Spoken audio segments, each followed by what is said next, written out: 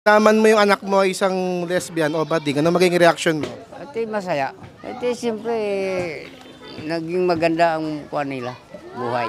O masaya si tatay, palakpakan kayo dyan.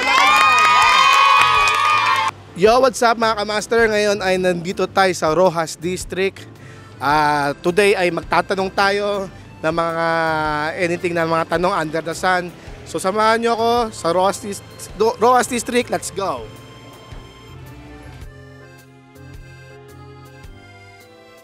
Ikaw po ba, ano po bang magiging reaction nyo kung malaman nyo na ang anak nyo ay isang bading o isang lesbian? Papatay ko na sila para wala nang bumami. Patayin ko lang siya. Ayoko lang bading. Ayun Lang, tapos lang. Magsasabunutan kami. Ayun, magsasabunutan kayo? Oo. Ano na yun eh. Likas din sa kanila, hawa-hawa rin eh. Saka environment. Lahi-lahi lang yan eh. Medyo may pagkabading din ako. Ayan. Oo, okay lang. Tsaka pag nagka-boyfriend siya, dapat i-share niya sa akin. Ayun. Okay. Anak mo bading, anong magiging reaction mo? Magagalit. Magagalit. Okay. Bakit naman magagalit? Kasi po ano eh. Magagalit. Bakit? Kasi ayaw kong maging mag-anak ng bakla eh, sir. Oh, batiin niyo yung mga kabataan na wag na magdroga. Mga kabataan, mag-basketball na lang kayo. Iwasan nyo ang droga. Diba? Pag nalaman mo yung anak mo ay bading o lesbian, ano masasabi mo? Magagalit. Bian, ano magiging reaction mo? Galit. Gagalit ka? Kapag nagkaanak ka, anong reaction mo kung bading o lesbian yung anak mo? Ayos lang po. Desisyon niya naman po yan eh. Wala naman po ako magagawa din. Basta naman po makatapos ng pag-aaral. O ikaw, diploma diskarte. Bomba! Sa akin okay lang. Basta walang bisyo. Sabihin mo, ikaw ba ay lalaki o bading? Lalaki. Lalaki. Yeah. 3 years old pa lang ako, bakla na ako. Ito po, di po tanggap ng tatay niya. In the future, pag nagkaanak ka, tapos bading pala. Ha? Pero magugulat ka. Oo. Siyempre magugulat ako. Masasyak ako.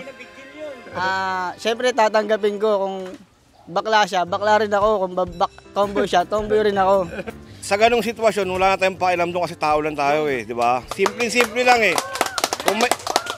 Kung bakla o tomboy, wala na tayo doon. Tao yan eh. Hindi ka na maging mayaman, hindi ka maging kung anong profesyon mo yun na yun. Si Vice Ganda kayo, ma'am, bakla, di ba? Kaya walang discrimination. Siyempre, tanggapin ko na lang para sa akin bilang ama. Kahit ganun yung anak ko, siyempre, tanggapin ko na lang para sa akin. Yun lang. Pero kung bading talaga yung anak mo, kailangan mo tanggapin. Nasa ano yan eh, hindi naman nasa tao din yun. Talagang yun ang lumabas ng puso niya kung bading siya o ano. So, hindi, supportahan mo na lang yung anak mo. Salamat, kuya. Kasi pag kinontra mo yun, baka magrebelde pa yun. Pasama kayo sa content, okay lang? Okay lang naman din. Sa vlog lang, okay lang. Mabis lang. Dito tayo. Sa Facebook. Mabis lang to. Wala tayong magagawa. Ganun na talaga eh. Hindi naman natin mapipigilan yun, di ba? Kesa sumama loob niya. Basta nasa tamang landas lang siya. Walang problema yun sa akin. Wag lang yung mag-addict. Mga ganong bagay. Nasa tamang landas siya, maganda ginagawa niya. Bakit hindi? Pero kung magagano siya, tapos hindi maganda gagawin niya, doon tayo magkakaroon ng problema. Actually, kumbaga, may mga sayings na rerespetuhin kita bilang tao, pero wag mo isaksakan sa isip ko na babae ka kasi lalaki ka pa rin. Yun. Bibigay ko sa kanya hilig niya, hindi mo naman pwedeng pagbawalan yan eh. Malamang na magrebelde yan. Di ba? Babae o lalaki. Di mas masakit sa'yo pag nagrebelde yan. Di ba tama? Malalaman mo naman kagad eh. Simula pa lang, maliit pa lang, pag habang lumalaki, lumilitaw yung ugali niya eh. Ihintay mo na lang na umamin. Oo, ihintay mo. Darating sa'yo yun. Walang problema. Sa akin walang problema. Hindi ano yun, hindi naman yun yung ano niya eh. Hindi naman pagkatao mo yun eh. hindi naman masisira yung ano mo, pagkatao mo, basta gano'n ka eh. Basta normal lang sa'yo yun eh. Tomboy, edi tomboy. Ganun lang yan, hindi ba malaking issue sa akin ha? Siyempre, para sa atin, mga lalaki, no? Parang mapanghinaan ka ng loob, tsaka maiinis kasi anak mo, parang gusto mo ba sumunod sa'yo na yung malalaki na matipuno? Kaso naging bakla. Siyempre, nandun yung inis tsaka galit, kaso kailangan rin natin tanggapin kasi anak din natin. Gali, tatanggapin ko, anak ko din yun. Sa tama, kahit ano yung pinapili niyang landas sa tawag dyan. So kung anong tinibok na puso, naging pusong babae, mahalin pa rin natin. Okay lang. Oo. Ano niya yun kapalaran niya yun. Hindi ko kontrahin. Sa akin naman, tatanggapin ko na lang kasi yun ang kagustuhan ng ng anak ko eh. Siguro, yun ang kapalaran niya, kaya tatanggapin ko na lang. Kasi hindi ko naman mababago yun kasi yun yung binigay sa akin ni God eh. Kasi mas blessed ako kung ganun yung mangyayari sa anak ko eh. Kasi tsaka, bakit ko kailangan baguhin yung anak ko kaya yun naman talaga napupusuhan yung gender, di ba? Kaya wala akong magagawa kaya kung ano yung decision ng magiging anak ko, support lang ako.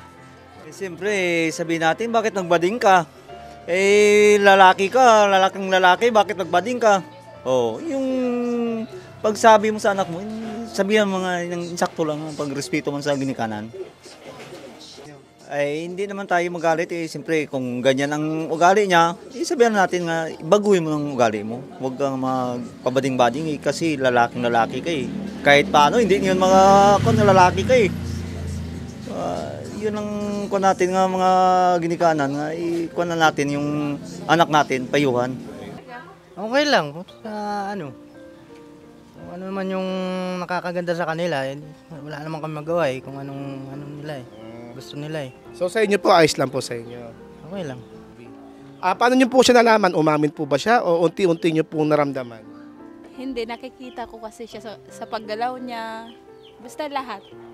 Siyempre nanay ako, alam ko naman yun Natural lang dyan yung gulat kasi siyempre yung kasarian niya talaga lalaki. Pero para sa akin, wala na akong magagawa niyan. Kung saan siya masaya, ang sa akin bilang magulang, susuportahan na lang namin siya. Basta importante mag-aral. Yun na yun. Siguro kung yun talagang niya, katangian niya, wala ka na magagawa. Siguro tanggapin na lang kasi mahirap din naman na ipilit mo yung gusto mo na ayaw naman niya. Siya rin naman magdadala sa buhay niya. Ang number 1 naman niya siguro yung basta lumugar sa maayos. Yun. Isa pa yun. Siyempre, hindi naman natin pababayaan. Ano pa rin yung suporta. Hindi naman natin pababayaan. Basta wala lang pong napaka na tao. Tsaka, unang-una, maganda lang din yung nila. Kumbaga maganda yung pagkikisama nila at wala silang nag-grabya ng tao. Wala tayong magagawa kung yan ang kagustuhan niya. Kasi kung nasa mabuti naman, kung nasa lugar naman din siya. Nasa lugar naman po siya, wala naman po problema. Hindi rin po natin yan sasabi na, uy, magbago ka, magpulis ka, magsundalo ka. Kung yun gusto niya, malambot yung puso niya, wala tayong magagawa dyan. Wag lang sa masasama na gaya ng iba dyan na bakla na nga, balasubas pa, pangit naman yung gano'n. Pero siyempre, wag tayo doon. Wag tayo doon. Pero kung bakla siya at maganda naman yung hangarin niya sa buhay niya, kung dyan siya masaya. So, hindi po kayo yung tipong magagalit? Hindi. Kasi yan yung binigay sa atin ng Panginoon. Yan yung kung anong binigay sa atin ng anak, kung ano man siya, kung anong kauriyan niya, yun pa rin ang tatanggapin natin. Baga sa meron naman siya sariling pag-iisip, meron naman siya sariling desisyon. Ba't ako magagalit, di ba Lolo, may sumisipa, may gumaganon. Lolo. So yon mga kamaster, natapos na ang buong araw natin sa pagdilibot dito sa Roxas District. Iba-iba mga kasagutan, iba-iba mga opinion. So makikita nyo, inabot na tayo ng gabi pero huwag kayong mag-alala. Marami pa tayong mga episode na gagawin.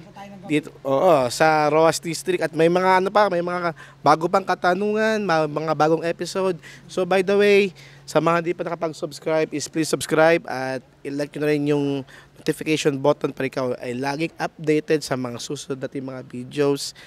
Ako si Bert Portea at maraming salamat kay Christian na siya mismong nag-cameraman and thank you very much.